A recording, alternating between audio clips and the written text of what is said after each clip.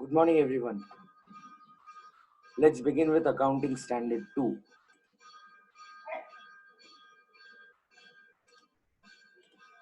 Come to Accounting Standard 2. So I guess there is some mistake. Just give me a minute.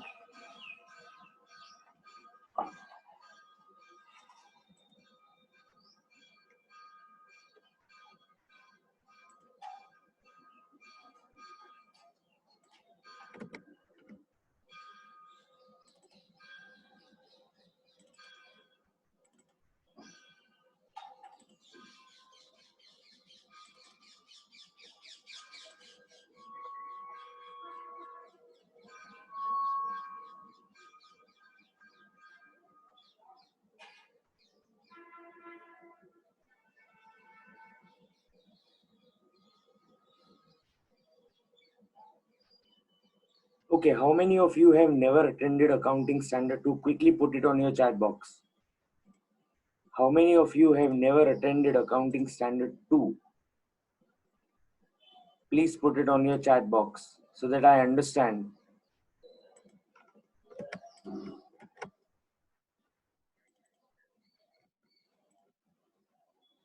How many of you?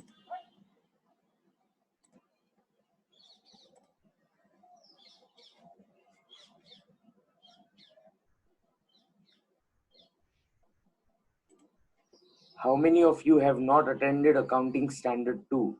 Because I believe this is also that standard which I did before your exam. And after that, we began immediately with a new standard. So quickly let me know on your chat box. How many of you have not attended Accounting Standard 2 till today?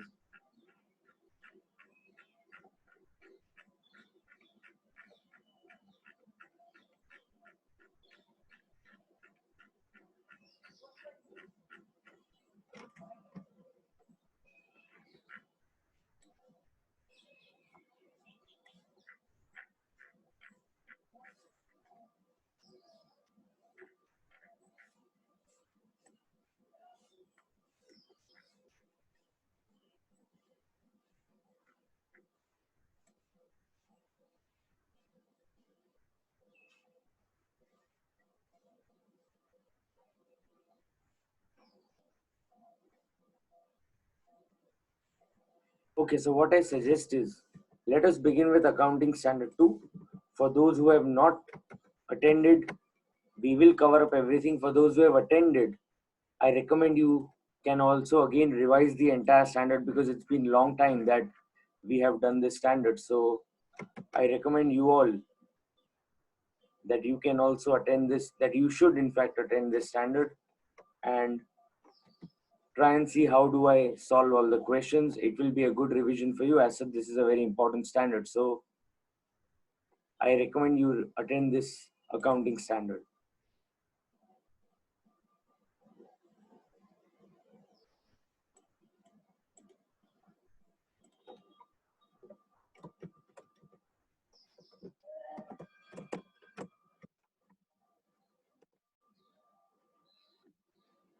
Right, so we will begin with accounting standard.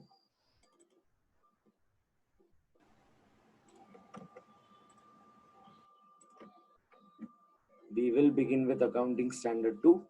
One more thing that I want to ask you all is that have you received the marks of your test on your chat box? Have you received the marks of your test?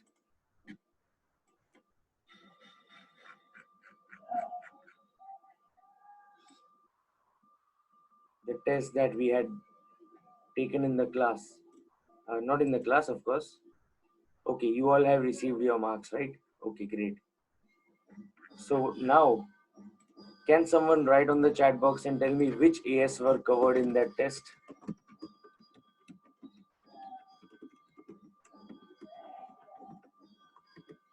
Which AS were covered in the test?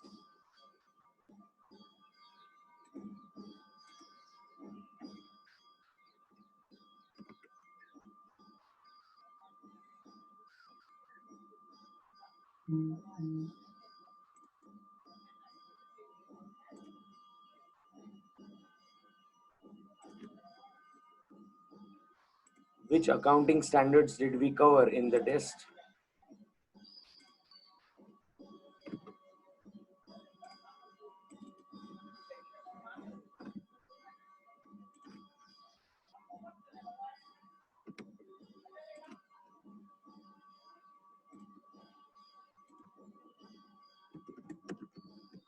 Okay, we covered Introduction to AS 1, 4, 5, 13, 16, and 7. Okay.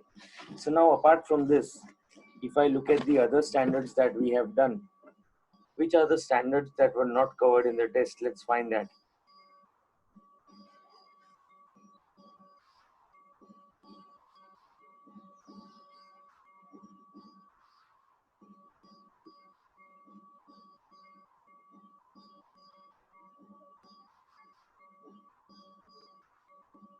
Introduction to AS is done. AS 1 we have covered. 4, 5. AS 13 also was covered in the test. 16 was also covered in the test. AS 7 was also there. AS 9 I am yet to teach, so we will not take that. So what we can do is next test I recommend we keep of AS 17, AS 18, and we can keep a test on AS 12. So we can keep these tests of these three accounting standards. Now the question is, when will you keep these tests? So today I believe is Tuesday. Let's keep this test on Saturday.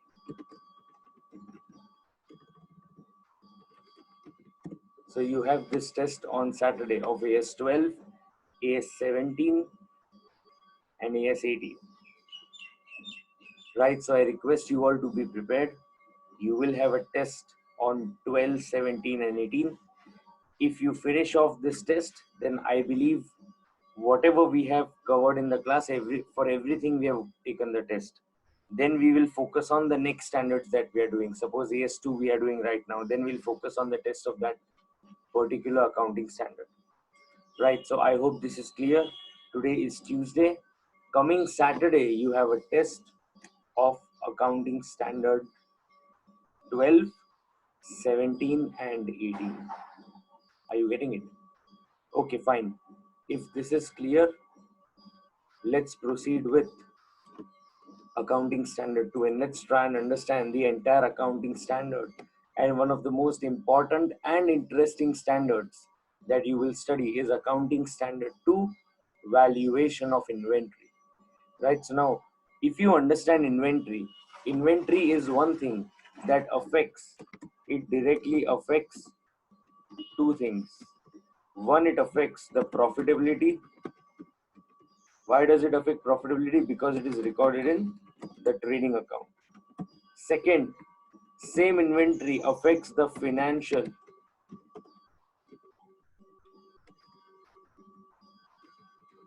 position of the business. Why? Because it is recorded in the balance sheet. So one, inventory affects two things. One is your profitability. Why? Because we record it in the trading account. Second, it affects the financial position, which means if you tamper with one inventory, you straight away affect two things. One is your profitability and one is your financial position. And because of this, it is very important that we have a good track on the inventory, and that inventory is not manipulated, because inventory, one, is a very crucial item. Second, it has an impact that can affect two things. One is your profitability and one is your financial position. That is why the Accounting Standard Board decided that we need an accounting standard on inventory. And that is when they introduced for the first time Accounting Standard 2, valuation of inventory. Right, now the question is, what is the objective of Accounting Standard 2? There are two objectives of Accounting Standard 2. The first objective says we will set principles. क्या करेंगे हम? Principles बनाएंगे. किस चीज के लिए? For computation of value of inventory. Right, everyone on your chat box, yes or no? My question to you is, if suppose I want to increase my profits, if I want to increase my profits, can I easily manipulate the value of inventory? Yes or no? Can I manipulate the value of inventory to increase my profits? Yes, of course. I can easily manipulate. मैं inventory manipulate करूंगा, inventory की value manipulate करूंगा, automatically क्या होगा, मेरा financial statements manipulate हो जाएगा. That is why they decided कि जो लोग अपने हिसाब से इन्वेंट्री का वैल्यू निकालते हैं, आज से वो बंद हो जाएगा. We will set principles as to how to compute the value of the inventory. तो हम लोग प्रिंसिपल्स बनाएंगे और उस हिसाब से इन्वेंट्री का वैल्यूएशन होगा आज के बाद. Second, since inventory is very important to the financial statements, it is important that it is properly disclosed. So we will ensure that adequate disclosures are made to the financial statements pertaining inventory. Right, so we had two objectives. One, that we will set principles for computation of value of inventory. Second, that we will set up adequate disclosures to the financial statements pertaining to our inventory. Right, so this is the base because of which we have an accounting standard on inventory. Again, let's quickly understand that inventory is one of the most crucial things, and one inventory affects two things. It affects your profitability because you record it in the trading account. It also affects your financial position. Why? Because you record it in the balance sheet as well. मतलब अगर books of accounts manipulate करना है तो inventory बहुत easy tool है manipulate करने का. आप सिर्फ एक इन्वेंट्री को चेंज करो, ऑटोमेटिकली पीएनएल और बैलेंस शीट दोनों इंपैक्ट हो जाएगा. तो आपका प्रॉफिटेबिलिटी और फाइनेंशियल पोजीशन दोनों इंपैक्ट हो जाएगा. अब ये इन्वेंट्री का मैनिपुलेशन हमें रोकने की बहुत जरूरत थी, इसलिए हमने क्या किया, we decided to make an accounting standard on inventory. Right, when we decided to make the accounting standard on inventory, the first question was, ये स्टैंडर्ड करेगा क्या, इसका ऑब्जेक्टिव क्या है. So this standard has two objectives. One, it will set principles for computing the value of inventory. So we will set up some principles and those principles will be used for computing inventory. तो आज से कोई भी अपने method से, अपनी मर्जी से इन्वेंट्री की वैल्यू रिकॉर्ड नहीं कर सकता. जिस मेथड से हम लोग बोल रहे हैं वही मेथड से आप इन्वेंट्री का वैल्यू रिकॉग्नाइज करेंगे या रिकॉर्ड करेंगे. Second, you will provide adequate disclosures as mentioned in the accounting standard 2. So inventories are very important, and since they are important, it is very necessary that we properly disclose all matters pertaining to inventory. So then AS2 also takes care of the disclosure requirements pertaining to your inventory. Are you getting it? Fine. If this base is clear to you, with this base, let's go to accounting standard 2, valuation of inventory. Okay, background. Look at the first paragraph. Valuation of inventory is crucial as it directly impacts the measurement of profit or loss for an accounting period. Higher the value of closing stock, higher shall be the profit. It affects both the result of the operation as well as the financial position of the enterprise. Thus, inventory is significant in preparation and presentation of financial statements. So as we discussed, one inventory affects two things. You change your inventory, your financial position and profit will change. That is why it is very important that we have a proper control over the inventory, as the inventory is significant for the preparation and presentation of financial statements. AS2 is mandatory for all enterprises in respect of accounting periods commencing on or after 1/4/1999. What are the objectives of accounting standard 2? There are two objectives of accounting standard 2. First, to lay down the principles to be considered in underline computing the value of inventory. So you will lay down principles required for computing the value of inventory, and to ensure underline adequate disclosures. To ensure adequate disclosures of the policy by each enterprise. So you have two objectives. One, to lay down principles to be considered in computing the value of inventory. Second, you will ensure adequate disclosures of the policy by each enterprise.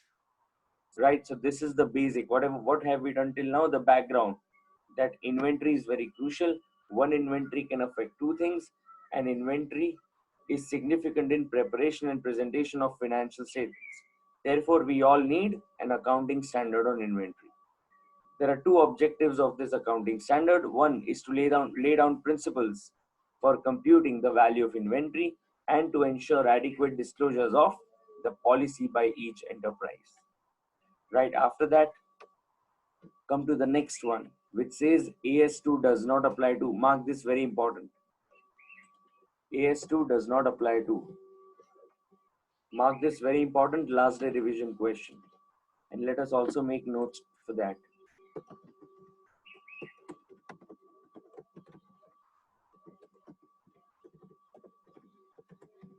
AS2 does not apply to.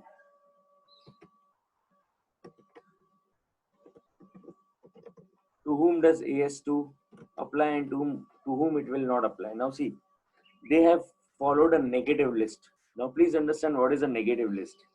If you ask me AS2 applies to and I tell you raw material, WIP, finished goods, मतलब मैं आपको ये बता रहा हूँ कि accounting standard किसको किसको अप्लाई होता है, then it is known as a positive list that I am telling you इसको अप्लाई होता है. What happens in a negative list? I will tell you in a negative list सबको AS2 apply होगा except 1, 2, 3, 4, ये चार को apply नहीं होगा. When you ask me AS2 किसको अप्लाई होगा, I tell you सबको अप्लाई होगा सिवाय इन चार को. That means I am giving you a negative list. What is a negative list? AS2 किसको अप्लाई नहीं होगा, मैं ये समझा रहा हूँ. जब मैं आपको ये समझाता हूँ कि AS2 किसको अप्लाई नहीं होगा, that is the time when I am talking about the negative list. So accounting standard 2 follows the negative list. It tells you किसको apply नहीं होगा. Right, look at the first one. WIP arising under construction contract. Underline construction contract, including directly related service contract. So AS2 is not applicable to construction contract. Why is it not applicable to construction contract? Because you have a separate accounting standard, AS7 taking care of that. Since accounting standard 7 is already taking care of construction contracts, AS2 will not interfere in that case. Right? So your first point is WIP.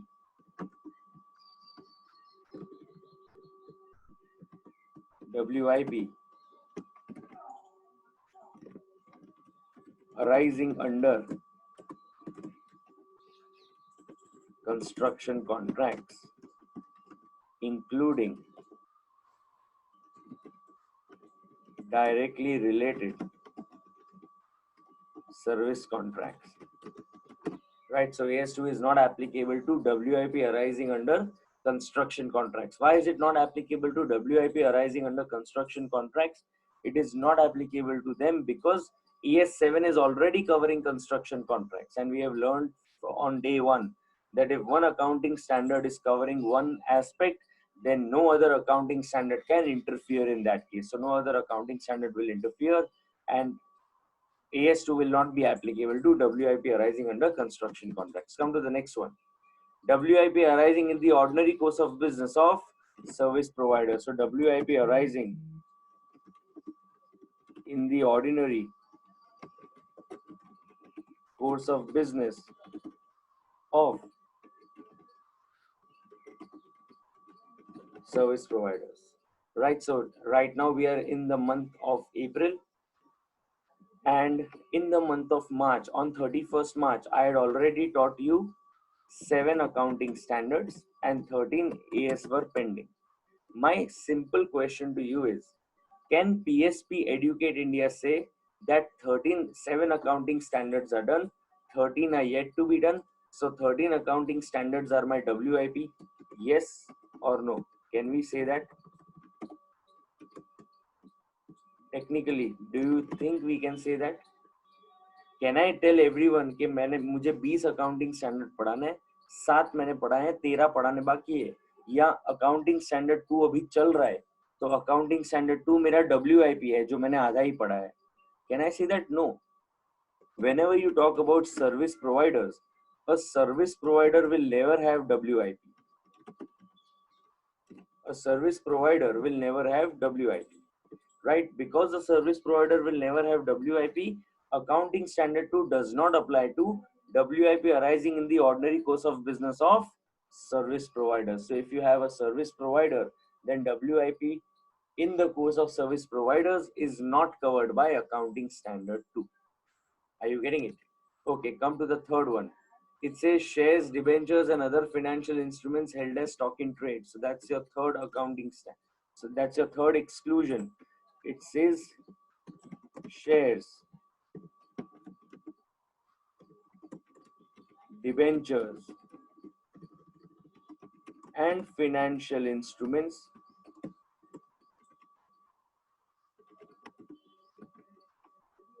held as stock in trade.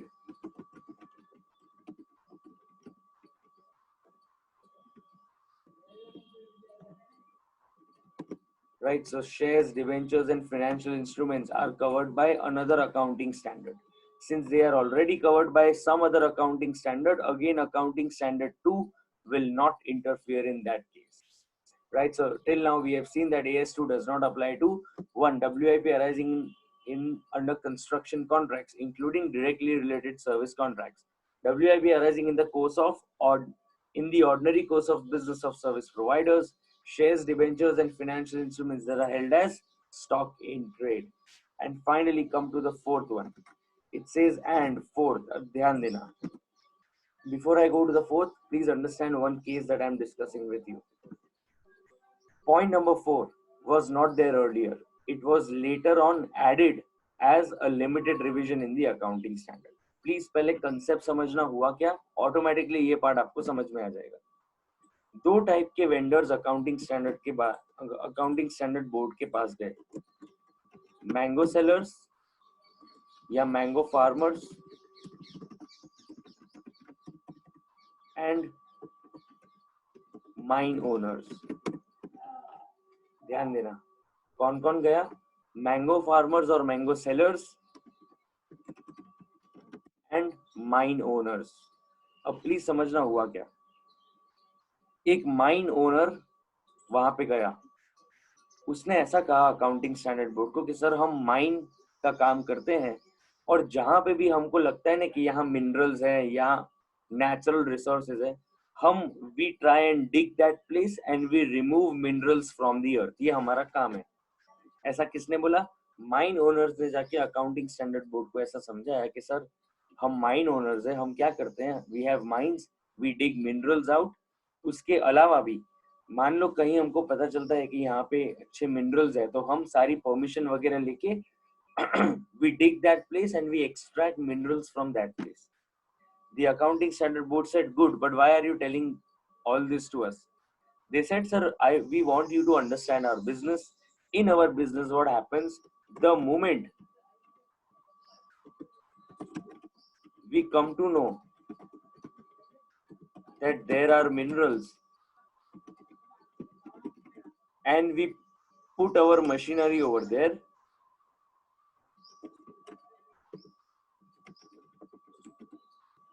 lot of industrialists come to us. क्या होता है, मान लो हमको पता चला कि यार यहाँ पे मिनरल्स है, हम मशीनरी लेके जाके लगाते ही हैं कि अभी मिनरल निकालेंगे, उससे पहले तो इंडस्ट्रियलिस्ट आके खड़े हो जाते हैं. वो इंडस्ट्रियलिस्ट हमको ऐसा पूछते हैं, क्या यहाँ पे आपको लगता है मिनरल्स निकलेंगे, वो कहते हैं हाँ निकलेंगे. तो इंडस्ट्रियलिस्ट कहता है ये मेरा कार्ड है, हम लोग को आपके मिनरल खरीदने, बताओ कितने में बेचोगे. सर हम लोग उनको अच्छे से समझाते हैं कि देखो हमको ऐसा लग रहा है कि इसके नीचे मिनरल्स है, शायद हो शायद नहीं हो, तो एक बार हमको निकाल लेने दो, निकालने के बाद हम देखते हैं और फिर हम आपसे प्राइस तय करेंगे. वो बोलते हैं ऐसा नहीं होता, अगर निकलेगा तो हमारा हो जाएगा, नहीं निकलेगा तो कोई बात नहीं, हम आपको कुछ नहीं बोलेंगे, लेकिन अगर निकला तो वो आप हमको सेल करोगे. Which means before even we start digging our selling price is decided. Before even we start digging that place, our selling price is decided. वो आदमी बोल रहा है बताओ कितने में बेचोगे, हम सब कुछ कैलकुलेट करके कहते हैं 500 रुपए पर टन पे बेचेंगे. वो बोलता है ठीक है कोई बात नहीं, डन, जितना भी मिनरल निकलेगा सब कुछ आपसे मैं लेके जाऊंगा, किसी को भी कुछ भी मत देना. I agree with that, but then I tell him के ये तो oral commitment हो गया, वो verbal commitment नहीं चलेगा. Then they enter into a legal contract, and when they enter into a legal contract, it is a contract where no one can cancel the contract, right? So both have a binding contract in this case. Now the accounting standard board understood this, but again it told the mine owners कि sir आपको आपकी बात में सब समझ गया, आप क्या बिजनेस करते हो, क्या करते हो, सब समझ में आया, पर आप ये सब हमको क्यों बता रहे हो, ये हमको अभी तक समझ में नहीं आया. The mine owner said, okay, don't worry, we will explain everything to you. But before that, I have mango sellers also who have come with me. Let them also tell you something, and then we will tell you हम आपको ये क्यों बता रहे हैं. The accounting standard board said, okay. And the mango seller went to the accounting standard board and said, कि sir हमारे पास बहुत सारे खेत है, बहुत सारी फील्ड्स है जहाँ पे बहुत सारे मैंगो प्लांट्स है. जब भी सीजन आता है हम मैंगो प्लांट वहां से, हमारे पास काफी सारे मैंगोज होते हैं which we sell to the primary and the secondary market. The accounting standard board said, okay, what do you want from us? The mango seller said कि सर जब भी हम नया पेड़ लगाते हैं ना, कोई ना कोई मैंगो का वेंडर हमारे वहां आके खड़ा हो जाता है कि आप क्या कर रहे हो, यहाँ पे पेड़ लगा रहे हो. हम कहते हैं हाँ हम मैंगो का पेड़ लगा रहे हैं. वो बोलता है कि इस पेड़ पे जितने भी आम होंगे वो आप हमको बेचोगे और किसी को भी नहीं बेचोगे. Are you getting it? इस पेड़ पे जितने भी आम होंगे वो आप हमको बेचोगे, किसी और को आप ये वाले आम नहीं बेचोगे. हम उनको समझाते हैं सर कि आज तो पेड़ डाला है, उसको बड़ा होने में बहुत टाइम लगेगा, उसके बाद उस पर राइप आएगा, उसको बहुत टाइम लगेगा, राइप आए ना आए क्या पता कितना टाइम लगेगा. वो फिर भी मुझे एक ही बात कहते हैं, नहीं आप हमारे साथ डील कर लो, क्या भाव दोगे. हम कहते हैं 50 रुपए किलो का भाव देंगे. तो हमारा प्राइस पहले ही तय हो गया है 50 रुपए किलो, और हम लोग एक कॉन्ट्रैक्ट में एंटर होते हैं where the contract clearly mentions कि ये भाव तय हुआ है, इस भाव पे वो हमसे खरीदेंगे और मुझे इस भाव पे बेचना है और इनके अलावा मैं किसी को नहीं बेच सकता. The accounting standard board said, okay, mine owners का बिजनेस हम समझ गए, मैंगो फार्म सेलर्स का बिजनेस भी हम समझ गए. अब आप बताओ ये सब आप हमको क्यों समझा रहे हो, प्रॉब्लम क्या है. The mine owner and the mango farmer asked the accounting standard board a question which I am asking you. In the 11th standard, I am sure you all have done final accounts where you all did valuation of inventory, you recorded the inventory. Can someone tell me on the chat box, how do you value inventory? Can someone tell me on the chat box, how do you value inventory? You have done this in the 11th standard, 12th standard, in the foundation as well. Tell me, how do you do value of inventory?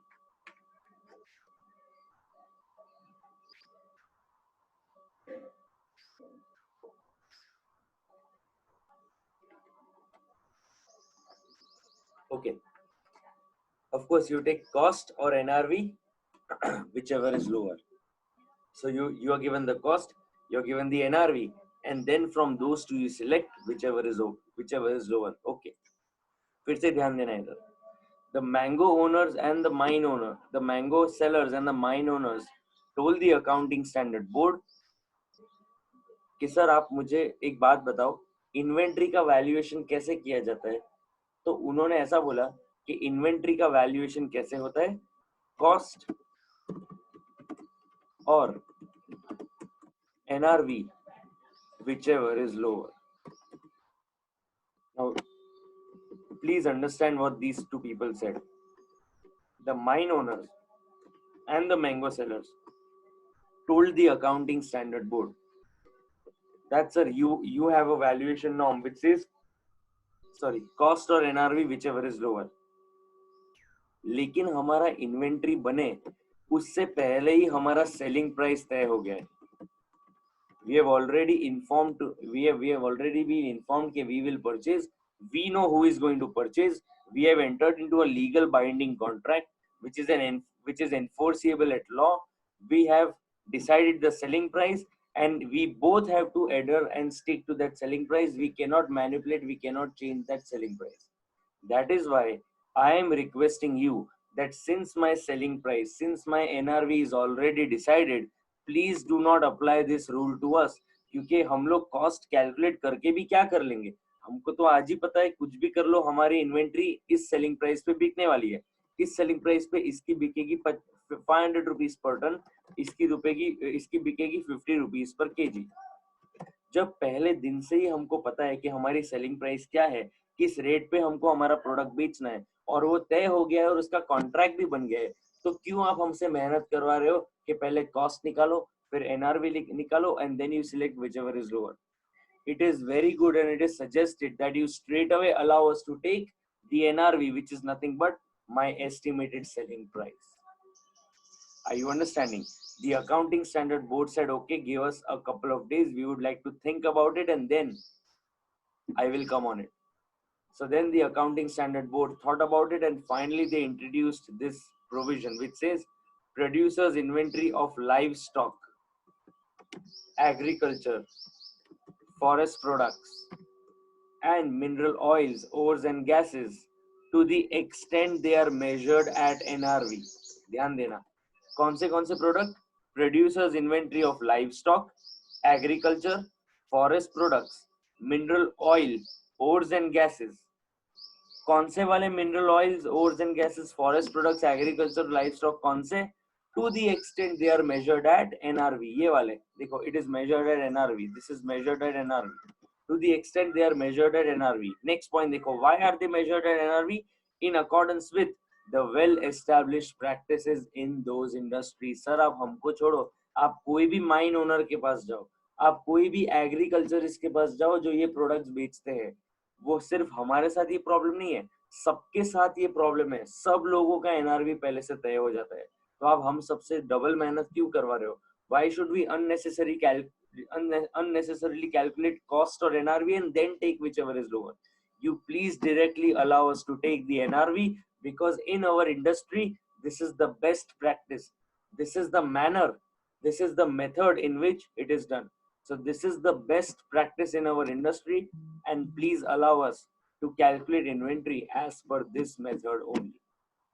And then they introduce this fourth point which says producers inventory of livestock, agriculture, forest products, mineral oil, ores and gases to the extent they are measured at NRV. Why are they measured at NRV? In accordance with the well established practices in those industries.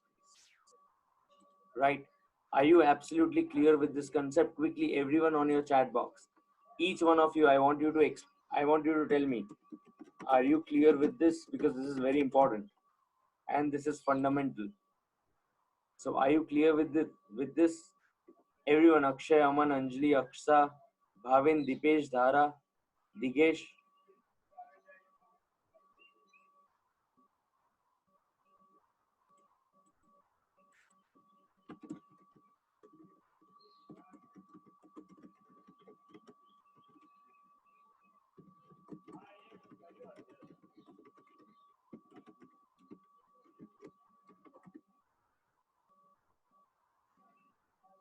Are you all absolutely clear with this?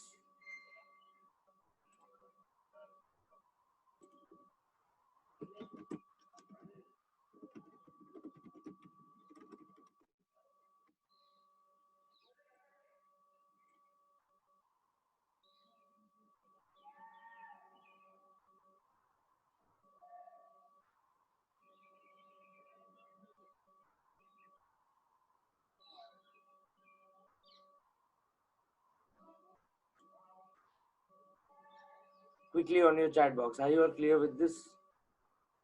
Okay, great. If you're clear with this, let's go to the next part of the accounting standard. Let's see question number 1.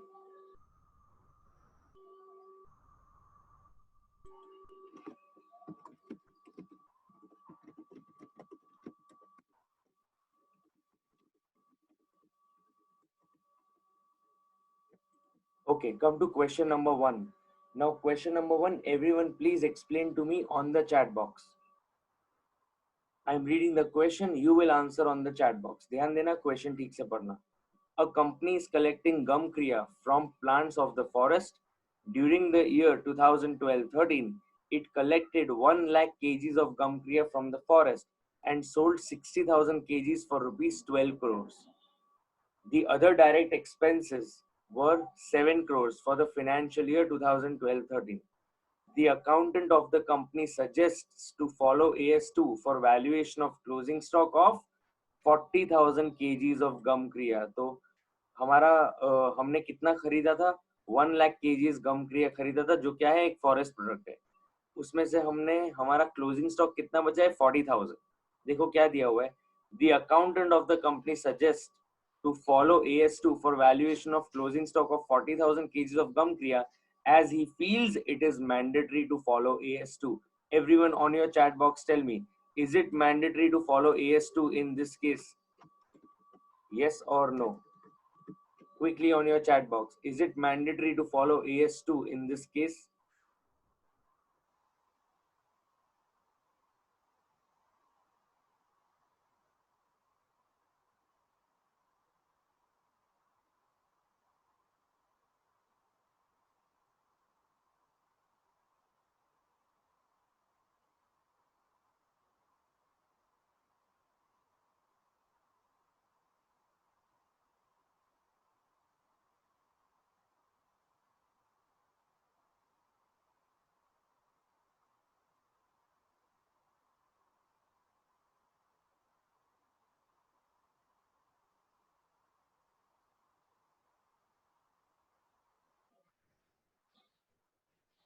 Okay.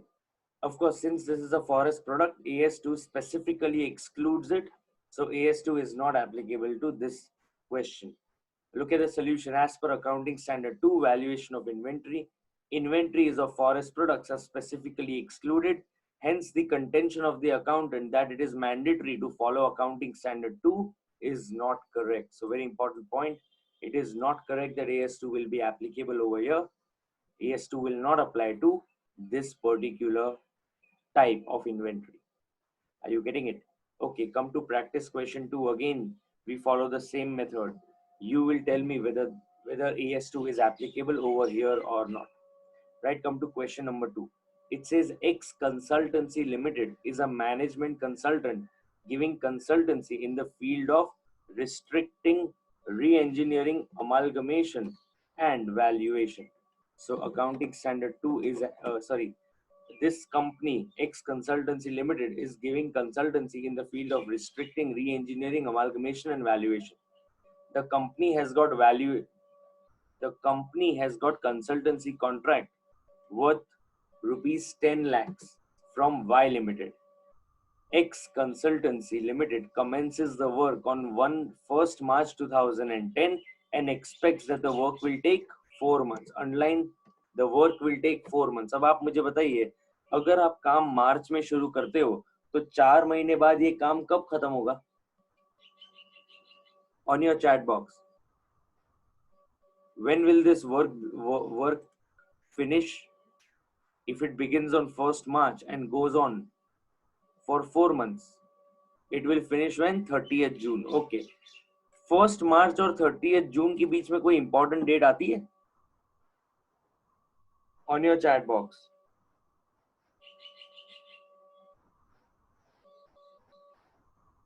Is there any important date that you have between 1st March and 30th June?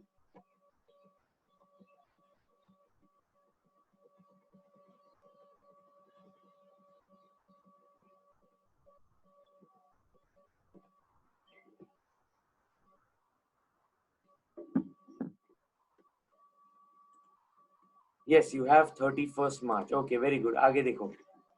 The company got a consultancy contract worth rupees 10 lakhs from Y Limited. X Consultancy Limited commences the work on 1st March 2010 and expects that the work will take 4 months to be completed. It appointed 4 senior consultants whose salary was 20,000 per month each. The company values WIP using accounting standard 2 as the accountant claims it is mandatory to do so. तो accountant कहता है AS2 हमारे case में mandatory है, हमको AS2 के हिसाब से WIP provide करना पड़ेगा. The CEO argues that AS2 does not apply. So the CEO says नहीं AS2 is not applicable. They are asking for your advice. So quickly on the chat box, is it applicable or not? Yes or no? Is AS2 applicable or not in this case?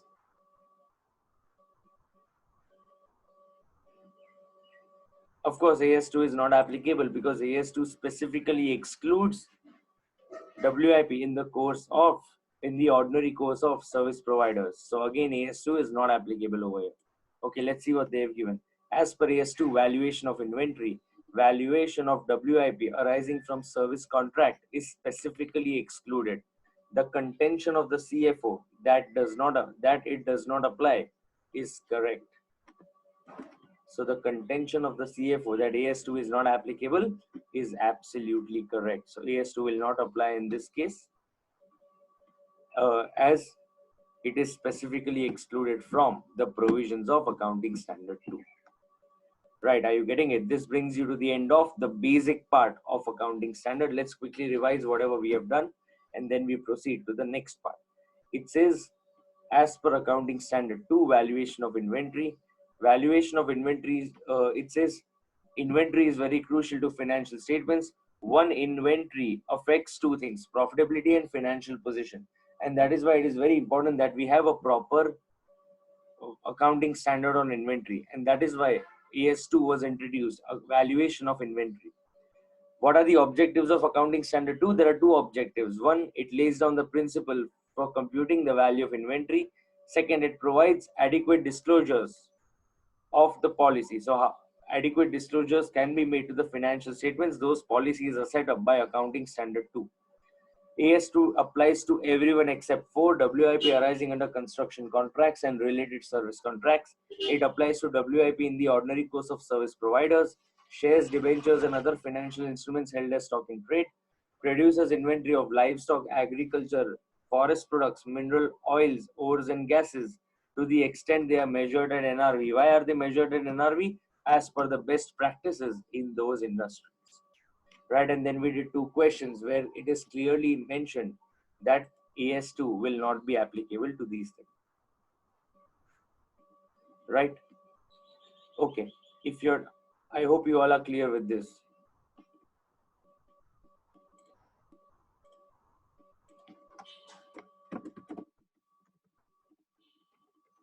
Right, I think we are done with the first part. If you have any doubts, quickly post it on the chat box.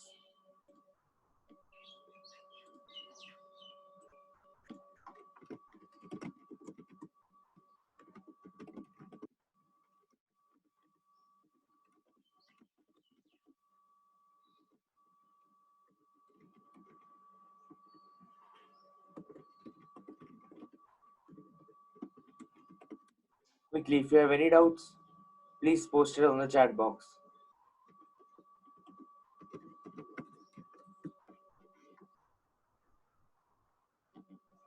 Okay, since there are no doubts, let's proceed with the next part. So we are done up with the first part. Now let's come to the second part, which talks about what inventory is. Now before I go to part 2, what I recommend is let's take a 5 minutes break. You take a 5 minutes break and then we continue with the second part of the standard. Before that, I have one doubt. Let me understand that doubt. Okay, it says in the first question, nothing is specified regarding contract. So we assume that contract exists. Yes, of course, because it is in the ordinary course of business that they always have a contract. So you will have to assume. It is not a condition that you should have a contract. The condition is if it is forest product, agricultural product, mineral oils, ores and gases, then you need not follow AS2 in that case. That is the condition. There is no condition of contract in the accounting standard. So I would recommend that you do not look at that. You do not look at it from that viewpoint because that's not the correct thing to do. Right? I hope, Spruha, that is clear to you. Okay. Let's take a 5 minutes break. We will now meet back at sharp 9 o'clock. So I guess it is 8:55. Let's meet back sharp at 9 o'clock. Right? So take a 5 or 10 minutes break and then we meet at 9 o'clock sharp and then we resume the next part of the accounting standard. Again, I'm repeating to you, on Saturday you have a test. Please ensure that you are thoroughly prepared with AS 12, 17 and 18. Also, I would like to remind you that on day one, I had told you that whenever I announce a test, I have the liberty to ask one question from any other accounting standard that I have already taught you. So apart from 17, 12, and 18, you should be prepared for one surprise question from any accounting standard that has been taught to you, to ensure that you remember that accounting standard and you're studying with me, right? So be prepared, study daily with me, so that your syllabus is also finished on the day my syllabus is over, right? Quickly take a break and let's meet back at 9 o'clock.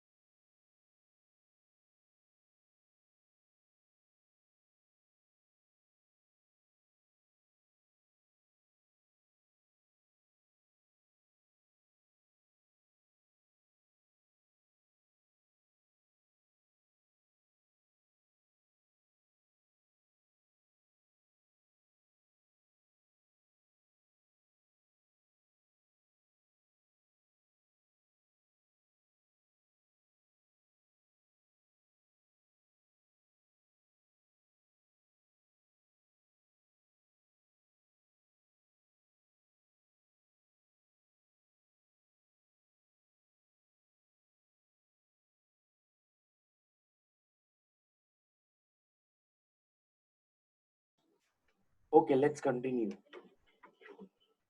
with the next part of accounting standard 2.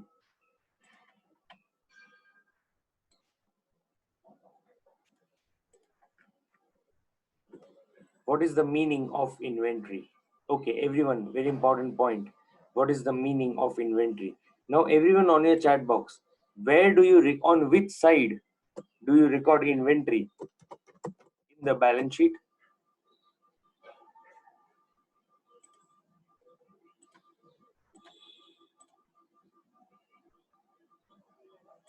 Quickly, on which side do you record inventory? On the balance sheet asset side, which means inventory आपकी क्या है? Asset है, इसलिए आप उसको asset side पे record करते हैं. देखो, that's your first point of the definition. Inventories are assets, right? So inventories are your assets, so that is why you record them on the asset side. So the first part of the definition tells you that inventories are assets held for sale in the ordinary course of business, that is your finished goods, held in the process of production for any such sale, raw material or WIP. सबसे पहले, if you are holding inventory for selling in the ordinary course of business, then it is your finished goods. If you are holding it in the process of production for for making such goods finished goods, then it is raw material or WIP. And it is held in the form of material or supplies, very important word, underline, which is to be consumed in the production process. अगर वो production process में consume होने वाला है, then it is known as spares and consumables. Right, now let's understand these three things. सबसे पहले, what is inventory? Inventories are nothing but your assets. They are held for sale in the ordinary course of business, which is known as your finished goods. They are held in the process of production for such sale, which is your raw material and WIP. And they are held in the form of material or supplies that will be consumed in the production process. Now, please understand the third one. पहला वाला तो easy है, finish goods, दूसरा वाला भी easy है, raw material WIP. तीसरा समझिए क्या होता है. Suppose if you have a machine and that machine needs oiling, so you can't say कि अभी oil हमारे पास नहीं है मतलब production बंद कर दो. The company will keep some stock of oil, right? The company will have with itself some stock of oil. The company will keep some stock of oil. This stock of oil is known as consumables, right? इससे directly final product नहीं बनने वाला, please समझिए. Using oil you are not going to make the final product. Using oil you are going to run the machinery, and that machinery, using this you're going to run using oil you're going to run the machinery, and that machinery is going to make the product for you.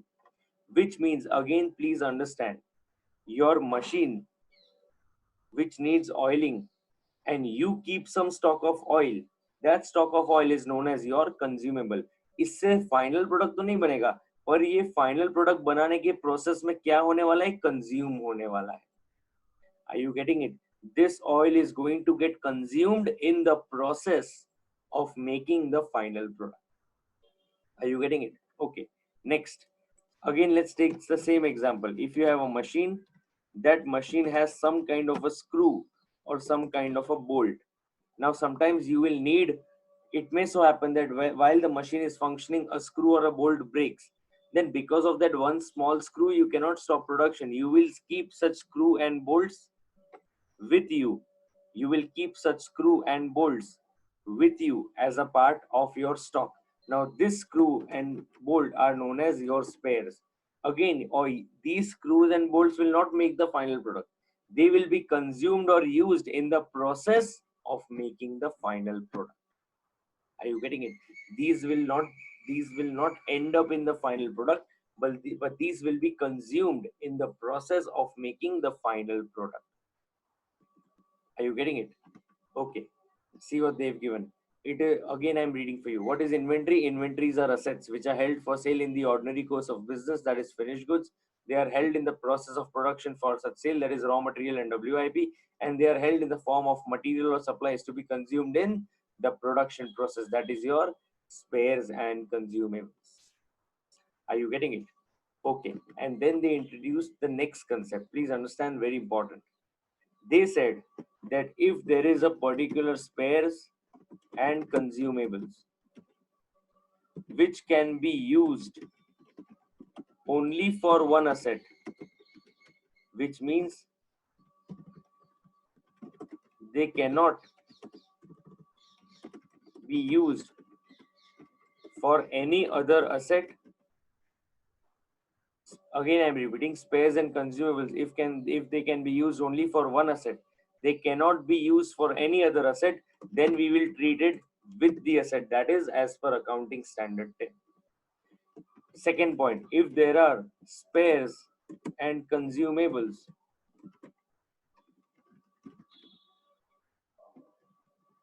that can be used with various assets and not one asset, that can be used with various assets, they can be commonly used, then we will record them as per accounting standard 2.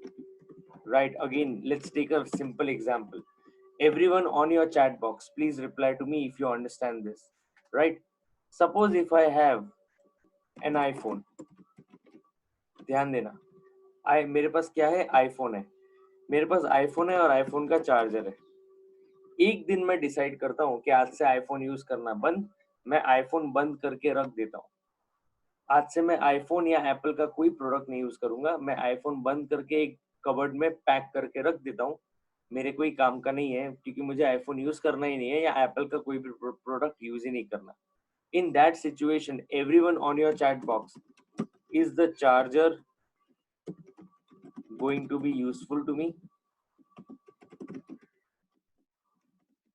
अगर मैं ये decision लेता हूँ तो क्या iPhone का charger मेरे कोई भी काम आने वाला है? Quickly on your chat box, yes और no?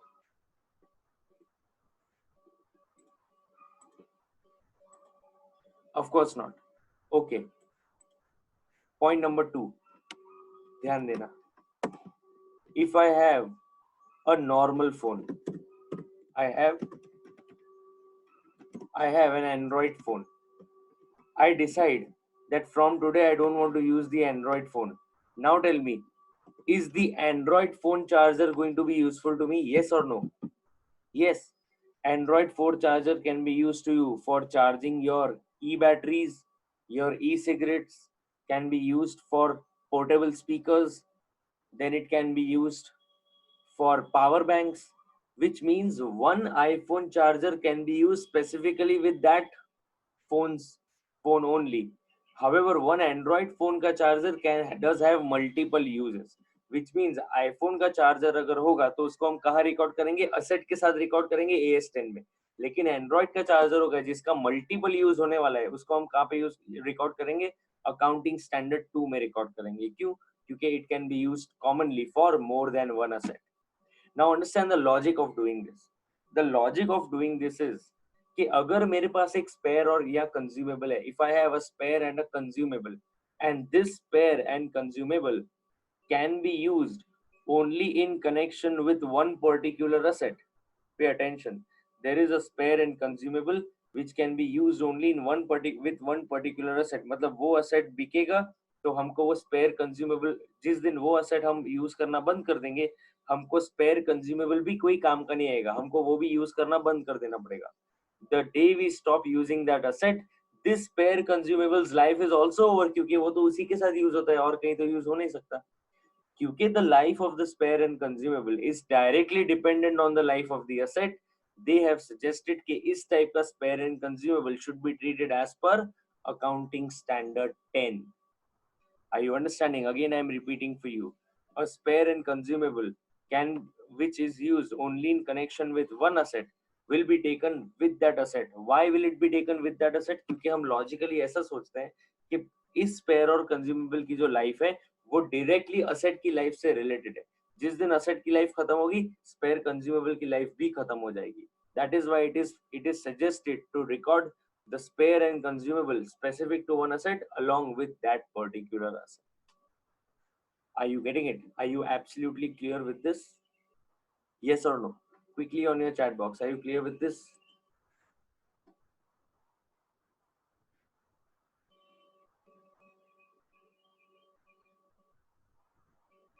Quickly, everyone on your chat box, are you clear with this? Okay, if you're clear with this, let's see what they've given. Machinery spares. देखो ध्यान देना क्या लिखा है उन्होंने. They have said machinery spares which are not specific to a particular item of fixed asset but can be used generally for various items of fixed asset should be treated as inventory as for the purposes of AS2. As and when such spares are issued for consumption in the production process, they shall be charged to the profit and loss account. In other words, inventories do not include spares which can be used only in connection with one asset. So if it can be used only in connection with one item of fixed asset, then you cannot use this. Are you clear with this? Are you getting it? Right. So in that case, you cannot treat them as per accounting standard 2. You will treat them as per accounting standard 10. Right, okay, come to the next one if you're clear with this, which is your recent amendment. Again, exactly same point that we have studied above. It says inventory shall not include servicing equipment and spare parts other than spare parts which meet the definition of accounting standard 10. So something if it meets the definition of PPE as per accounting standard 10, then it will be recorded along with accounting standard 10. It cannot be recorded anywhere else. Are you understanding? I hope this is clear to you. Okay, come to the last part of this portion, which is containers and empties. अब देखो हुआ क्या. Let's understand this also carefully. What is containers and empties? Right, please pay full attention to what is containers and empties. Suppose if you have seen, let's take the example of a goods train. I hope you all have seen a goods train somewhere or the other. A goods train is basically a flat train which has nothing on it. It only has racks. It only has racks. As per the requirement, we put containers on it. हम उस पे क्या रखते हैं? Containers रखते हैं. अगर हमको कोई liquid supply करना हो तो square shape के containers आते हैं. अगर आपको कोई solid material supply करना हो तो square shape के containers आते हैं. अगर कोई liquid supply करना हो तो oval या round shape के containers आते हैं. Are you understanding what I'm trying to say? Are you able to relate what I'm saying? Yes or no?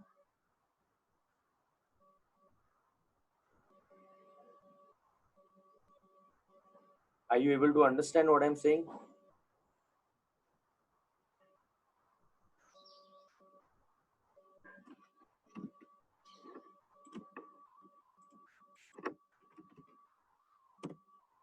Okay, I'll show it to you over here.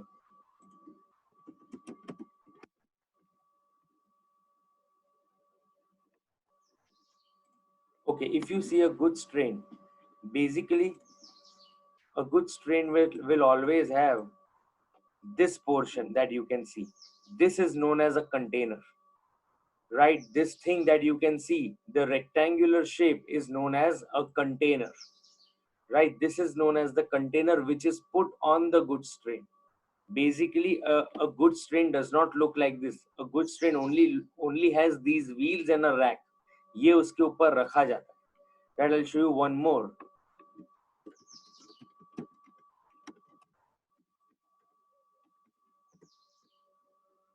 This is the goods train that you use for transporting liquid. Again, please understand, this goods train is not so. Look at this photograph. If you look at this, only this is the portion. सिर्फ ये नीचे का portion जहाँ आप मेरा cursor देख रहे हो, that is the part which is a goods train. ये container उसके ऊपर रखा जाता है. Usually this container is kept on it. The goods train does not look like this. Now please understand the concept what happens. If you look at a goods train, the goods train is empty and you put a container on that as per your requirement. Now this container is costing rupees at least 6 lakh rupees. 6 lakh रुपए का एक container आता है कम से कम. और अगर कोई perishable product आपको ट्रांसपोर्ट करना है जिसके अंदर प्रिजर्वेटिव्स डाल के वो ऐसा रखते हैं. मान लीजिए मुझे वडोदरा से Kolkata I want to supply milk. Now Vadodara to Kolkata will take at least 1.5 days to reach over there. अब 1.5 दिन में अगर दूध कंटेनर में रहेगा तो हो सकता है दूध फट जाएगा, मतलब खराब हो जाएगा. इन दैट केस हम लोग स्पेशल कंटेनर्स मंगवाते हैं जिसके अंदर प्रिजर्वेटिव्स डाले होते हैं. वो प्रिजर्वेटिव्स उस प्रोडक्ट को खराब नहीं होने देंगे. They will cost even higher. Right now, please understand. Suppose if I want 1 lakh or 10 lakh kgs of material from Mumbai, I will contact the railways, get a goods train, and get my material transported. मैं ऐसा बोलूंगा ये मैंने goods train book करवा दी है, मैं मुंबई में मेरे सप्लायर को कहूंगा इस गुड्स ट्रेन में मटेरियल भरवा देना और सुबह वडोदरा मेरे पास गुड्स ट्रेन पहुंच जाएगी, मैं मटेरियल अनलोड कर दूँ. अब ध्यान देना होगा क्या, रेलवे वाले बोलेंगे देखो हम आपको खाली ट्रेन देंगे, कंटेनर आपको अरेंज करना है. अब मुझे तो एक बार मटेरियल चाहिए, मैं बार बार ये कंटेनर तो खरीदूंगा नहीं. तो मैं ऐसा सोचता हूँ कि ये कंटेनर किसी से रेंट पे लिया जाए. तो I go to an inland container depot and over there they are having a lot of containers. I tell them please give me 10 containers. वो मुझे 10 कंटेनर क्या करेंगे, रेंट पे देंगे और मुझसे रेंट ले लेंगे. वो मुझे कहेंगे कि हमारे पास मुंबई में कंटेनर पड़े हैं, आपके सप्लायर को कहो कि यार्ड पे आ जाए, हमारे बंदे को इन्फॉर्म करे, हम क्रेन से उठा के कंटेनर ट्रेन पे रख के देंगे, आप पहले मटेरियल लोड कर देना, लोड करने के बाद हमारी क्रेन है वो उठा के आपको ट्रेन में प्रॉपर्ली फिट करके देगी. सुबह वडोदरा आएगा, टाइम पे पहुंच जाना और अपना मटेरियल अनलोड करना. अनलोड करने के बाद वडोदरा में भी हमारा एक डेपो है, वहां से हम लोग हमारा खाली कंटेनर उठा के और साइड में रख देंगे और इसका इतना रेंट होगा, आप हमको प्लीज रेंट पे कर देना. I said okay, I pay the entire rent. The supplier supplies the material, puts it in the container. The inland container depot owner puts the crane around it and fixes it on the goods train. The goods train comes to me at Vadodara. I unload it and they again take back the custody of the containers. The question was asked by these inland container depot owners. So container के owners ने question पूछा कि हमारा ये container जो है वो हमारी असेट है या inventory. Are you getting it? उन्होंने ये पूछा कि हमारे ये जो ओनर्स ने पूछा कि हमारे ये जो कंटेनर्स है, हमारे ये जो एम्प्टीज है, हमारे ये जो कंटेनर्स जो हम रेंट पे दे रहे हैं, क्या ये हमारे लिए असेट है या इन्वेंट्री. अकाउंटिंग स्टैंडर्ड बोर्ड ने उनको समझाया कि अगर आपको कोई भी चीज को चेक करना हो कि क्या ये आपकी असेट है या इन्वेंट्री है या कोई भी चीज है, आप सबसे पहले उसका डेफिनेशन देखिए. वो जो डेफिनेशन में आता है वही चीज को उसको फॉलो करना. इन्होंने डेफिनेशन को चेक किया, इनका जो प्रोडक्ट है वो असेट की भी डेफिनेशन में आता है और इन्वेंट्री की भी डेफिनेशन में आता है. So it is fulfilling both the condition. Then they had a doubt, so they came to the accounting standard board and they said कि सर हमारी तो दोनों डेफिनेशन सेटिस्फाई हो रही है, अब आप बताओ इस सिचुएशन में हमको क्या करना चाहिए. अब ध्यान देना इस केस में क्या हुआ. अकाउंटिंग स्टैंडर्ड बोर्ड ने ऐसा कहा कि देखो हम लोग ने अकाउंटिंग स्टैंडर्ड बनाया है, हमको सब कुछ आता है, लेकिन हम भी इंसान है. there are a lot of things that we also do not know. So whenever the accounting standard board has some kind of a doubt, they consult the expert advisory committee. वो लोग किससे बात करते हैं? एक्सपर्ट एडवाइजरी कमिटी से बात करते हैं. अगर अकाउंटिंग स्टैंडर्ड बोर्ड को कोई बात में डाउट है, उनको कुछ समझ में नहीं आ रहा, तो किससे पूछते हैं? Accounting expert advisory committee. तो इस केस में भी अकाउंटिंग स्टैंडर्ड बोर्ड ने एक्सपर्ट एडवाइजरी कमिटी को पूछा कि सर ये एक प्रोडक्ट दोनों डेफिनेशन फुलफिल करता है, अब हमको क्या करना चाहिए, असेट बताना चाहिए या इन्वेंट्री बताना चाहिए. एक्सपर्ट एडवाइजरी कमिटी बोर्ड ने सब कुछ पढ़ा, सब कुछ समझा और उन्होंने ऐसा बोला कि यूजुअली जो फिक्स असेट होता है, it is not supposed to move from one place to another. The nature of the fixed product is that it usually remains static. It usually does not move. I'm using the word usually, not every time. It usually does not move. However, in our case, the inland the containers, the empties will move every day, every time, maybe multiple times in a day as well, which means movability is one important point based on which we are taking a decision that this is nothing but inventory. Are you understanding? Expert advisory committee ने ये opinion दिया है, expert advisory board ने ये opinion दिया कि ये हम इसको क्या मानेंगे, इन्वेंट्री मानेंगे. इसमें मूवेबिलिटी एक फीचर है जो यूजुअली फिक्स्ड असेट्स में नहीं होता, क्योंकि इसमें है we give the benefit of doubt to them and they will have to record it as their inventory. Right, see what they have written over here. The expert advisory committee of ICAI has expressed an opinion that containers and empties, please underline, are items of inventory. Underline that. They are nothing but your items of inventory. So please underline that. They are your items of inventory. Right, that brings you to the end of part 2 of Accounting Standard 2. Right, let's quickly revise whatever we have done till now in Accounting Standard 2. We began with what is the background of the standard. Inventory is very crucial to the financial statements, as one inventory can affect two things, the profitability as well as the financial position. And because it affects two things, it is important that we have a proper control over the inventory, and we need an accounting standard on inventory. So then they introduced for the first time Accounting Standard 2, valuation of inventory, which has two objectives. One, it lays down the principle to compute the value of inventory, and second, it will ensure adequate disclosures of the policy by each enterprise. However, AS2 does not apply to four things: WIP arising under construction contracts, WIP arising in the ordinary course of business of service providers, shares, debentures, and other financial instruments which are held as stock in trade, and finally, producers' inventory of livestock, agriculture, uh, forest products, mineral ores, oils, and gases to the extent they are measured at NRV as per the best practices in those industries. Right? These 4 points are your exclusions from Accounting Standard 2. Then we did question number 1, we did question number 2, and then finally we came to the second part of the accounting standard, which says what is the meaning of inventory. I asked you that where do you record inventory? You said assets, which means inventories are your assets which are held for sale in the ordinary course of business. And because they are held for sale in the ordinary course of business, they are going to be sold regularly, and this is your finished goods. They are held for sale in the ordinary course of business, which means finished goods. They are held in the process of production of such sale, that is raw material WIP, and they are held in the form of raw material or supplies to be consumed in the production process, that is your spares and consumables. Important note is that machinery, if some machinery spare, please pay attention, if there is some machinery spare which can be used only in connection with one asset, then in that case you will record that spare along with that particular asset. You will in that case not record it as your inventory. However, if there is one spare that can be used commonly with more than one asset, then that is the commonly used spare and consumable.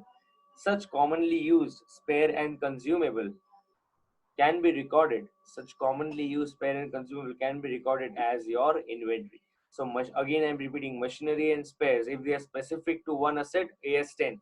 If they can be used commonly with more than one asset, you will record them as Accounting Standard 2. Similarly, if a servicing equipment or a spare part, if it meets the definition of AS10, you will record as per AS10 and you will not record as per Accounting Standard 2. And finally, we saw that containers and empties, as per the expert advisory committee, the ICAI has expressed an opinion that containers and empties will be part of your inventories. Are you getting it? Fine. Quickly, I'm giving you 2 minutes. Just have a look at this and put it to me on the chat box. Are you clear with whatever we have done till now? Are you clear with all this? Quickly put it on your chat box. Are you clear with everything that we have done till now? So check and quickly put it on the chat box so that I can go to part 3 of the accounting standard.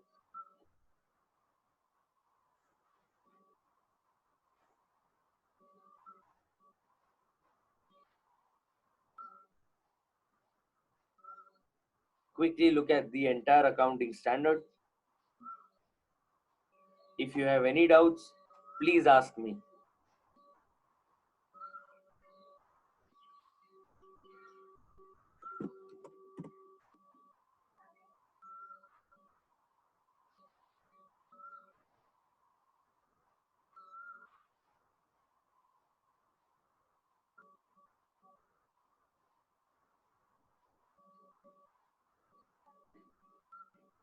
Okay, everyone quickly check on and put it on your chat box. Are you clear with everything? If there is any doubt, let's take that doubt first before we move to the next part, because the next part will become technical. So it is good if we cover this.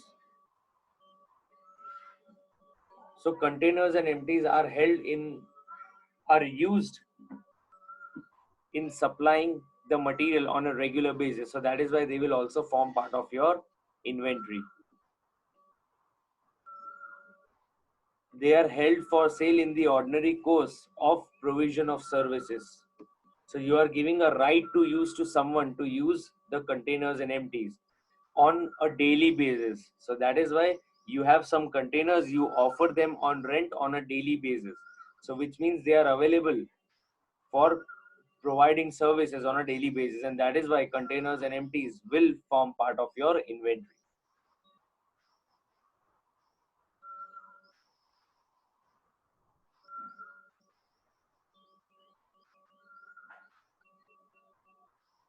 Right, I hope that is clear for you. Right, so for if you talk about held for sale, it also includes giving right to use, that is giving on rent. So it includes both. If you read the broader definition, it covers both giving on rent and giving on sale as well. Right, I hope that is clear to you. Anyone else who has a doubt, quickly please put it so that we can proceed forward with the next part.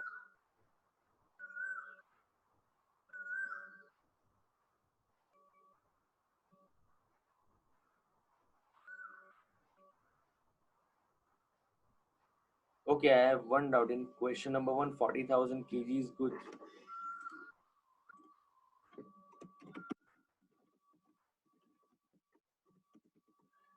Okay, I guess everyone is clear with their doubts and there are no further doubts. So let's go to the next part of the accounting standard. Come to page number 3.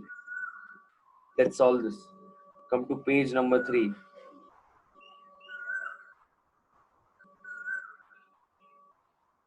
Come to page number 3.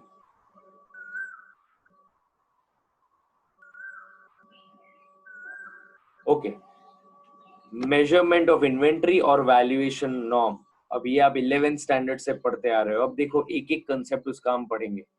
Inventory should be valued at lower of cost or NRV, right? So you always take cost or NRV, whichever is lower. So what's your valuation norm? Inventory should be valued at lower of cost or NRV. देखो अब inventory क्या होता है ये हमने समझ लिया. Inventory पे स्टैंडर्ड क्यू बना वो हमने समझ लिया.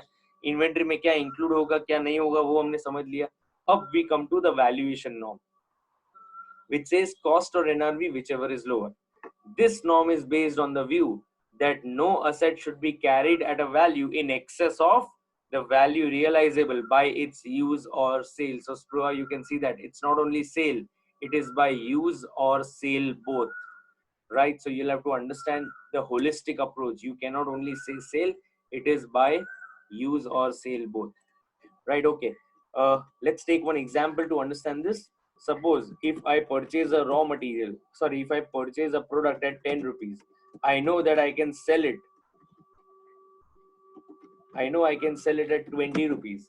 In this case, will I record it at 20? No, I will take cost or NRV whichever is lower. I will tell myself कि मुझे अभी 10 पे रिकॉर्ड करना चाहिए. जब मैं एक्चुअली बेचूंगा तो ऑटोमेटिकली मैं ट्रेडिंग अकाउंट क्रेडिट साइड पे 20 लिख दूंगा. तो automatically profit of 10 will be recognized. I cannot recognize higher amount today when I have not sold it. Only its NRV is 20. So I am able to sell it at 20. Its NRV is 20.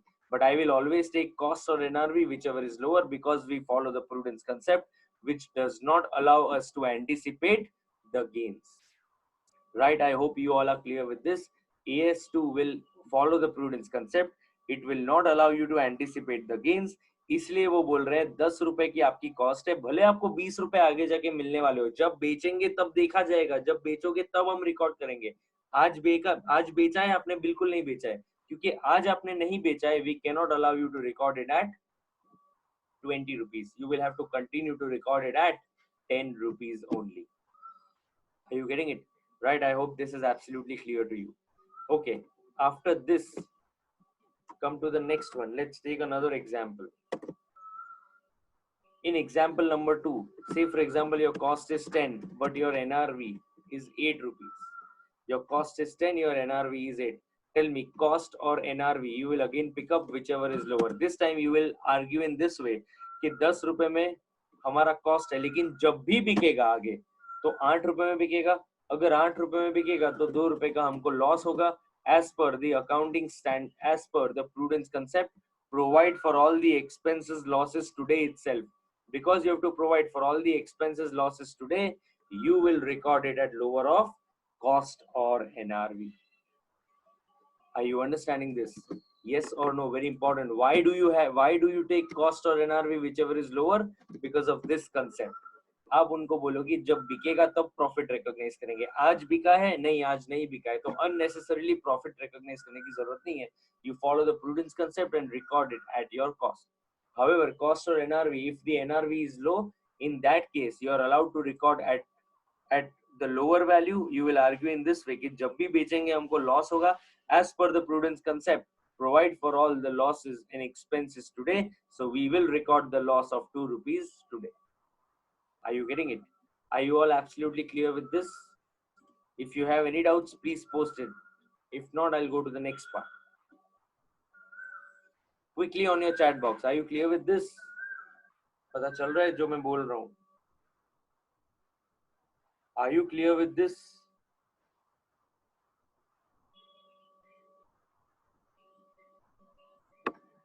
Quickly put it on your chat box. Akshay, Aman, Anjali, Aksa, Bhavin, Dipesh, Dhara, Digesh, Tulsi, Harshit, Harshita, Het, Ishika. Are you all clear with this? Ishita, Jalpan, Kajal, Khushi, Manav, Mukaddisha, Nidhi, Nikita, Om, Pavan, Pushti, Raghav, Raj, Rohan, Sami, Samira, Shifa, Shreyas, Simran, Spruha, Shrushti, Ved and Yash. Are you all clear with this? Okay, excellent. If you all are clear with this, let's go to the next part.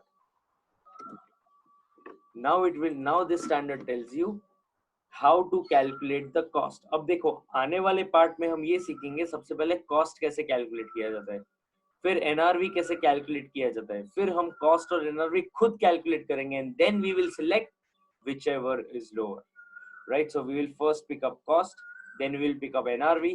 We will be calculating the values of the two. आज तक हमको question में directly दिया रहता था, अब नहीं देंगे, हमें खुद कैलकुलेट करना है.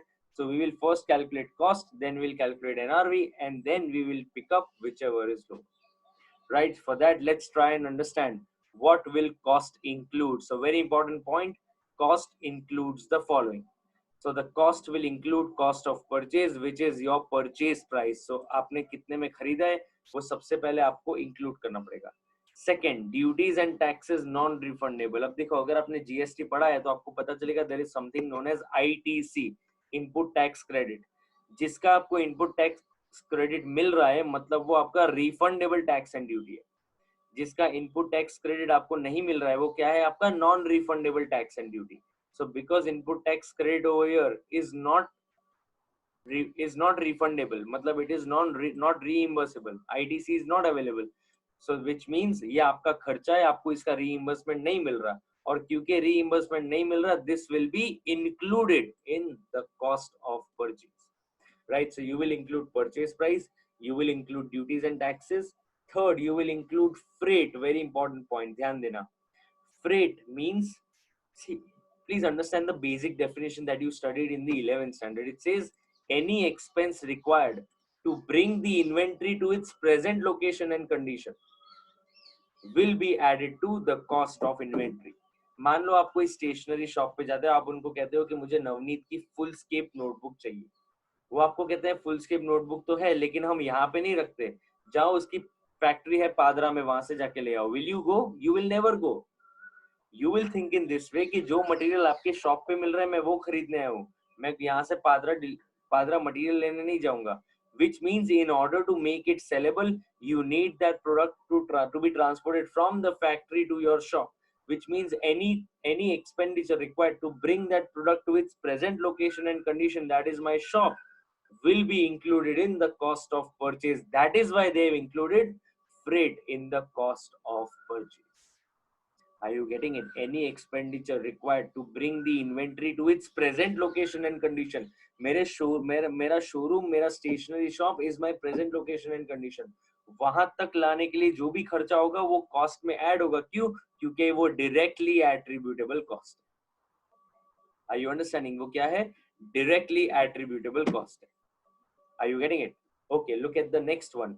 Other expenses directly attributable to the acquisition. Other expenses. अब देखो मैंने ब्रैकेट में लिखा है इंटरेस्ट ऑन क्वालिफाइंग असेट, लेकिन क्वालिफाइंग असेट मैंने यहाँ पे भी समझा है। तो यहाँ पे हम कोई और एग्जांपल लेते हैं। क्वालिफाइंग असेट तो हम यहाँ पे समझ ही लेंगे, इसलिए let's take some other example over here. Okay, everyone on your chat box, help me out with this doubt. Suppose I am a jeweller. ध्यान देना, मैं कौन हूँ? मैं ज्वेलर हूँ और मेरा आइसक्रीम का भी बिजनेस है। मैं ज्वेलर भी हूं और आइसक्रीम का भी बिजनेस है। मेरे दोनों प्रोडक्ट्स मुंबई से आते हैं, अलग अलग वैन में दोनों प्रोडक्ट्स मुंबई से आते हैं, राइट? अब अगर ये प्रोडक्ट्स मुंबई से आते हैं तो I have some kind of a fear that I may require security.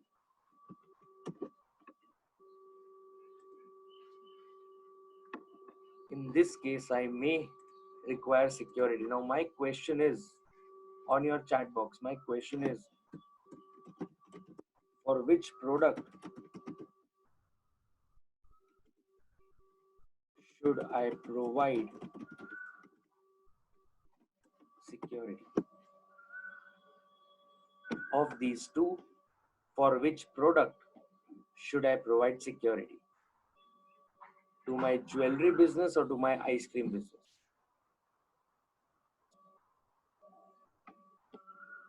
On your chat box.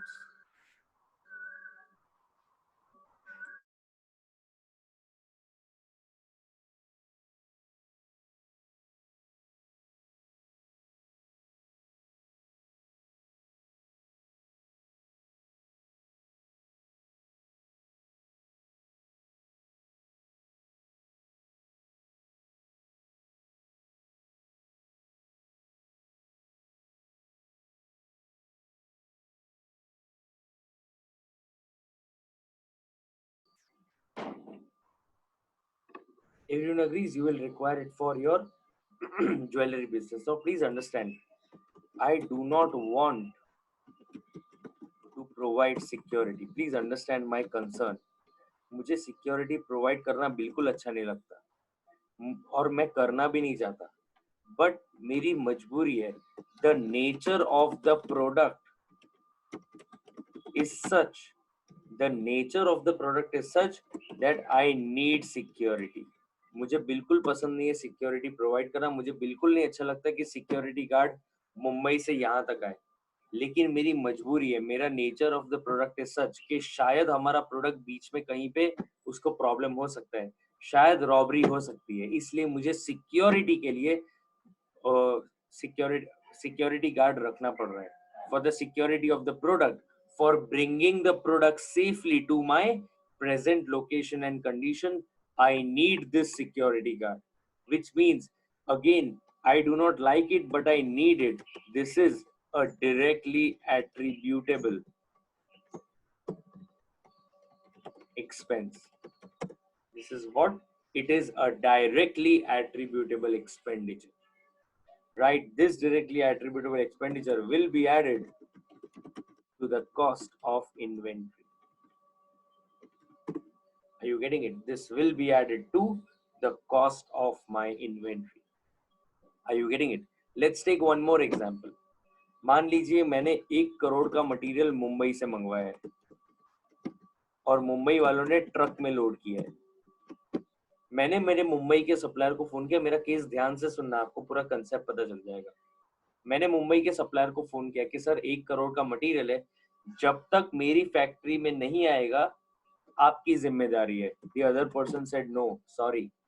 मेरी फैक्ट्री से निकल जाएगा तो मेरी जिम्मेदारी खत्म, फिर आपकी जिम्मेदारी है, ऐसा मुझे सप्लायर ने क्लियरली बोला।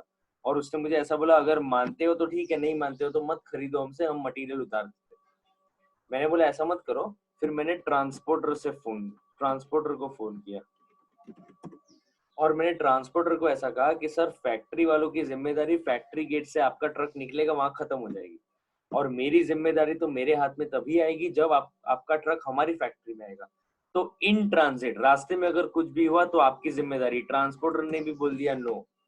ट्रांसपोर्टर ने बोला मुझे 10,000 रुपए आप फ्रेट देने वाले हैं, 10,000 रुपए कमाने के लिए क्या मैं 1 करोड़ रुपए की रिस्क लूंगा? बिल्कुल भी नहीं लूंगा, ऐसा हम कर ही नहीं सकते, सॉरी। आपको चाहिए तो लो, नहीं चाहिए तो मैं ट्रक से उतार देता हूँ आपका मटेरियल, कोई और ट्रांसपोर्टर को बोल दो वो करता हो तो मुझे कोई इश्यू नहीं है, पर मैं नहीं कर सकता। Now you are the purchaser, you have to pay, so you are under a problem. You are worried कि मैं कैसे पे कर दूं 1 करोड़ रुपए अगर मटेरियल ही मुझ तक नहीं पहुंचा, अगर मटेरियल पहुंचा तो भी डैमेज सिचुएशन में पहुंचा। इस केस में आप क्या सोचते हो? एक काम करता हूँ, ये दोनों तो मुझे हेल्प नहीं करते। You decide to go to an insurance company and to the insurance company you tell them I need in transit insurance. वो लोग ऐसा बोलते हैं ठीक है, आपके मटेरियल को कुछ भी हुआ रास्ते में तो हम आपको रीइंबर्स कर देंगे, लेकिन हमारी एक शर्त है, आपको आज कुछ प्रीमियम पे करना पड़ेगा। मैंने बोला ठीक है, मैं आपको प्रीमियम पे कर दूंगा, आप मुझे इन ट्रांजिट इंश्योरेंस दो, अगर रास्ते में गुड्स को कुछ भी हुआ तो आप हमको रीइंबर्स करोगे। मैं आपको फिर से याद करवा दूं, मुझे इंश्योरेंस लेना बिल्कुल पसंद नहीं है। I do not want to take insurance, but in order to bring my product safely without incurring any loss to its present location and condition, I will need insurance cover. Again, this insurance cover is incurred directly to bring your product to your present location and condition. This insurance premium that I'm paying is my sorry, direct expense, will be added to the cost of purchase. Are you clear with this? Quickly on your chat box, yes or no? Are you clear with this? What is other direct expenses for bringing the inventory to its present location and condition? Are you all clear with this? Okay, great. If you all are clear with this, I think this much is sufficient for today. Cost of purchase excludes. See, we will continue tomorrow. Just let me quickly revise the third part of the accounting standard that we did. The first and the second part we just revised a little while earlier. However, the third part I want to revise with you, whatever we have done. It says measurement of inventories and valuation norm. Inventories are always valued at lower of cost or NRV. तो आप cost या NRV whichever is lower पे record करते हो. क्यों? Because we follow the prudence concept. If you have not actually sold the goods, you cannot recognize the profit. You will recognize it only when they are actually sold. However, in terms when the NRV is reduced, you know कि हम कभी भी बेचेंगे, जब भी हम बेचेंगे ये प्रोडक्ट हमें लॉस ही करने वाला है, which means you know today that we are going to sell at loss, provide for all the expenses losses today, you again take cost or NRV whichever is lower. Right, अब question ये है कि cost गिनने का कैसे? So cost of purchase will include purchase price, duties and taxes which are non refundable, freight and other expenses directly attributable to bringing the inventory to its present location and condition, that is attributable to the acquisition. Right, this much we have studied till now. If you have any doubts, please come back to me. I have one doubt which says expenses incurred to bring the inventory at the place of sale, not at the place of sale. Please understand, every expense required to bring the inventory at the place of sale is not your direct expense. Direct expense क्या होता है? मान लीजिए आपने factory से godown तक आप ले आए तो वो डायरेक्ट एक्सपेंस है, फिर गोडाउन से आपके शोरूम पे ले आए वो डायरेक्ट एक्सपेंस नहीं है। Are you understanding? गोडाउन से शोरूम पे लेके आना आपका डायरेक्ट एक्सपेंस नहीं है, वो आप कैपिटलाइज कॉस्ट पे नहीं कर सकते। Right, are you getting it? Okay, there is one recent amendment point. So the recent amendment point says कि सर्विसिंग इक्विपमेंट और स्पेयर पार्ट अगर ये AS10 की डेफिनेशन फुलफिल करते हैं तो वो AS10 में रिकॉर्ड होगा। अगर वो AS10 की डेफिनेशन फुलफिल नहीं करते तो वो AS2 में रिकॉर्ड होगा। आपको सिर्फ इतना याद रखना है कि स्पेयर पार्ट और सर्विसिंग इक्विपमेंट अगर वो एक असेट के साथ डायरेक्टली रिलेटेड है तो वो उस असेट के साथ रिकॉर्ड होंगे. अगर वो कॉमनली यूज हो सकते हैं with more than one asset, then you will record them as accounting standard 2. अब रीसेंट अमेंडमेंट क्या है वो आप समझिए. ऊपर हमने स्पेयर पार्ट एंड कंज्यूमेबल पढ़ा था, यहाँ पे इन्होंने अब ये सर्विसिंग इक्विपमेंट भी इसमें ऐड कर दिया. What is a servicing equipment? मान लीजिए आप एसी रिपेयर या एसी सर्विस करने की सर्विसेज प्रोवाइड करते हैं, तो आपके पास सर्विस करने का ब्लोअर, इक्विपमेंट, क्लीनर, ये सारे इक्विपमेंट्स होंगे. They are known as your servicing equipments. They can also be called as your inventories, right? Usually they will not be included as inventory because they are fulfilling the condition of accounting standard 10. So एक blower है वो आपका servicing equipment है, उससे आपका final product नहीं बनने वाला, पर सर्विस इक्विपमेंट यूज करके आप प्रोडक्ट या सर्विस प्रोवाइड कर सकते हैं. Then that if it is treated as per AS10, then you will record it as per AS10. Right, I hope Shifa that clears your doubt. If you have any more doubts, please come back to me. Right, I think this much is sufficient for today. Please go back today and revise the entire accounting standard 2, whatever we have done. Tomorrow we will continue and we will go to practical questions tomorrow.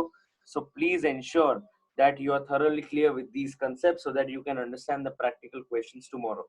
Also, I have announced you a test of AS12, 17, 18 and any one accounting standard of my choice to you. Please ensure you're thoroughly prepared with that. Your test will be on Saturday. Thank you so much for attending. I will now see you tomorrow morning at 8 o'clock with Accounting Standard 2. Please ensure that you have revised everything thoroughly. Fine. Thank you for attending. I'll see you tomorrow morning.